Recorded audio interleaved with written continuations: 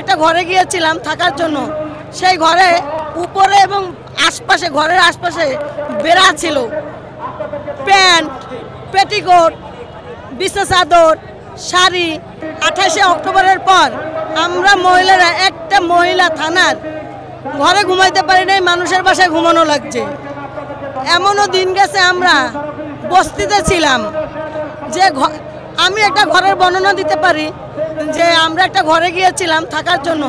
সেই ঘরে উপরে এবং আশপাশে, ঘরের আশপাশে বেড়া ছিল, প্যান্ট, পেটিকোট, বিছনা চাদর, শাড়ি, এগুলো দিয়ে বেড়া। ওরকম ঘরেও আমরা জীবনযাপন করছি।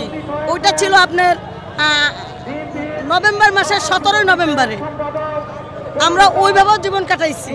এখন আমরা মুক্ত বাতাসেই বেড়াচ্ছি, যে আমাদের মানে ভয় আছে, ঠিক আছে।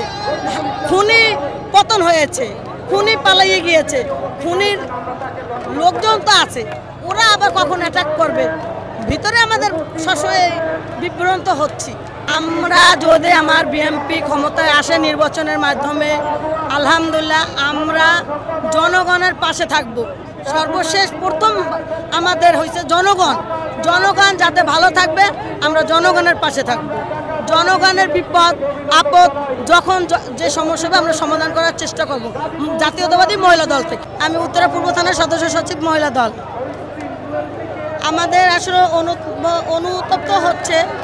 প্রথমেই বলবো, আমাদের যে ভাই বোনরা মারা গেছে, খুনি যে গুলি করে মেরে ফেলাইছে, সেটার জন্য আমরা অনেক দুঃখ আমাদের মনে, যে আমাদের বিজয় মিছিলে আমাদের ভাইরা নাই, বোনরা নেই, সেই জন্য।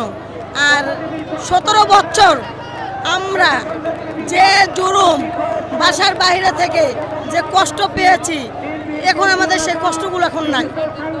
সেই জন্য আমরা বিজয় মিছিলে, হাসিনার পতন হয়েছে, খুনির পতন হয়েছে, আমরা মন থেকে আল্লাহর তরফ থেকে অনেক খুশি হয়েছি।